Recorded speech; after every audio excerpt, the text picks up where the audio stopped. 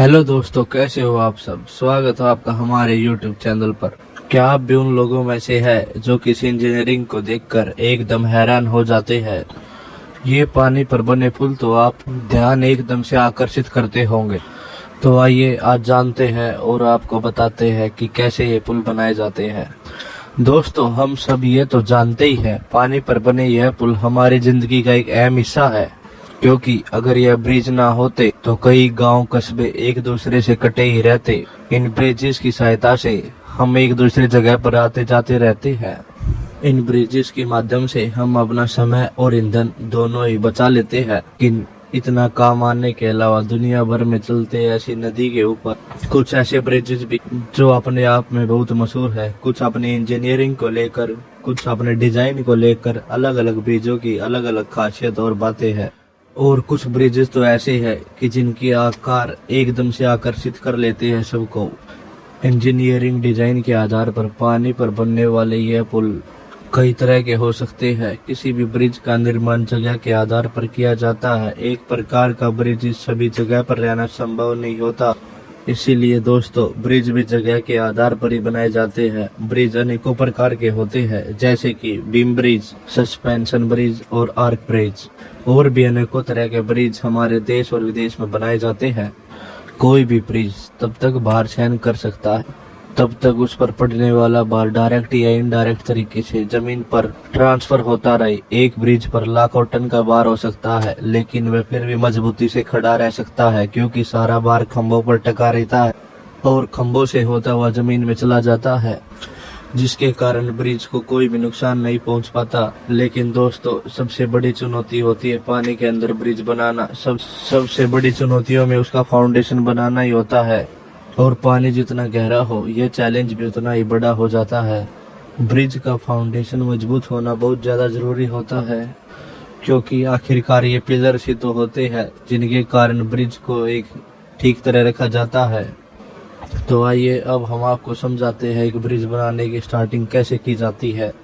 तेज बहाव वाले पानी को रोकने के लिए इंजीनियर सबसे पहले एक स्ट्रक्चर बनाते हैं और उसको बनाते समय पानी की अधिकतम और न्यूनतम गहराई, पानी के बहाव की गति, पानी के नीचे की मिट्टी, पुल का भार, पुल पर चलने वाले वाहनों का भार और भी अधिक कई तरह की बारीक से बारीक चीजों का ध्यान रखा जाता है। इसके बाद पुल की नींव का प्रकार तैयार किया जाता है, जिसके हिसाब से नींव बनाई जाती है। इस नींव को कोफर डैम कहते हैं। पिलर बनाने के तरीके के हिसाब से कभी कोफर डैम का स्ट्रक्चर स्क्वायर में होता है तो कभी सर्कल में होता है। अब ये आपका सवाल होगा कि कोफर डैम बनता कैसे है, तो बताते हैं दोस्तों।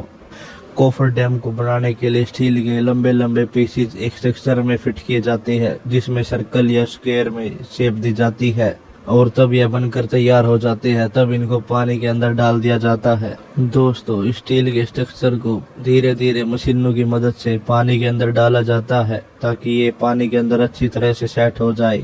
इसके बाद मोटर और अनेकों पंपों के जरिए से स्ट्रक्चर के अंदर जो पानी इकट्ठा हो जाता है उसको निकाला जाता है और इसके बाद इसके अंदर एक सूखी जगह उसके बाद यहाँ पर कई सारे वर्कर लगकर यहाँ पिलर बनाते हैं। दोस्तों, जैसे ये काम होता है, जरूरी नहीं है ऐसे हर जगह काम किया जाए। अगर पानी बहुत गहरा हो तो ज्यादा पानी में यह कोफर डैम बनाकर नहीं डाल सकते। जैसे समुद्र में बीम डालने के लिए समुद्र के तल में सबसे पहले कोई ठोस जगह देखते हैं, उसके बाद उसकी गहराई नापते हैं, उसके बाद उस जगह पर बड़ी बड़ी मशीनों के जरिए वहां पर खड्डा किया जाता है। उसके बाद उस बोरवेल के अंदर स्टील या और भी कई तरह के मोटे पाइप डाले जाते हैं। फिर उसके बाद पाइप के अंदर का सारा पानी बाहर निकाला जाता है, जिसके बाद उन पाइपों में सीमेंट और कंक्रीट का मिक्सचर भरा जाता है। जरूरत के हिसाब से एक से ज्यादा खंभे तैयार कर आपस में जोड़ भी सकते हैं, जिनसे एक मजबूत खंभा तैयार हो जाता है। जैसे जैसे खंभे बनते जाते हैं वैसे वैसे उनके ऊपर रोड भी तैयार की जाती है। जब दो खंभे बनकर तैयार हो जाते हैं, सबसे पहले बड़ी बड़ी मशीनों के द्वारा बड़े बड़े उन खंभों को जोड़ा जाता है और ये सीमेंट कंक्रीट के ब्लॉक किसी दूसरी जगह पर तैयार होते हैं। ब्रिज का आधा काम बाहर के कारखानों में किया जाता है और आधा काम नदी के पास, जहाँ पर पुल बनाया जा रहा हो। बड़े बड़े पुल्स को और ब्लॉकों को समुद्र में ले जाने के लिए बड़ी बड़ी मशीनों का प्रयोग किया जाता है। वहां पहुंचने के बाद क्रेन के द्वारा इन ब्लॉक्स को ऊपर उठाया जाता है और फिर स्टेप बाय स्टेप ब्रिज का निर्माण किया जाता है। वहीं दोस्तों कई सिचुएशन में फ्लोटिंग कोफर डैम्स बनाए जाते हैं। इसमें या तो उनके नीचे कुछ ऐसी मशीनें फिट की जाती है जो पानी के ऊपर तैरती रहती है, या फिर इन जहाज की मदद से इनको एक से दूसरी जगह पर ले जाया जाता है। दोस्तों इस पूरी प्रक्रिया में बहुत सारा समय लगता है और ये काम इतना आसान भी नहीं होता, बहुत खतरनाक होता है। जो लोग यह काम करते हैं वह काफी प्रोफेशनल होते हैं, उनको इन सब कामों का बहुत ही अधिक अनुभव होता है, क्योंकि अगर यह किसी नए कारीगर या किसी नौखाजे द्वारा बनाए जाए तो उसमें जान जोखिम में डालने वाली बात हो गई। अब हमारे अपने देश में मुंबई में स्थित वांद्रा वर्ली शिलिंग को ही ले लीजिए। इस 5.6 किलोमीटर के स्टील स्ट्रक्चर को इंजीनियरिंग का एक बेहतर नमूना कहा जाता है, लेकिन पानी के ऊपर इसको बनाना आसान नहीं था। यह बहुत ही चुनौतीपूर्ण सफर था। तो दोस्तों अब तक तो आप समझ ही चुके होंगे इन ब्रिजों को बनाने में बहुत सारे पैसे क्यों खर्च होते हैं और अधिक समय क्यों लगता है, और इसके बावजूद भी कई बार ब्रिज फेल हो जाते हैं। इस चीज से बचने के लिए प्रॉपर तरीके से ब्रिज बनाना बहुत जरूरी होता है।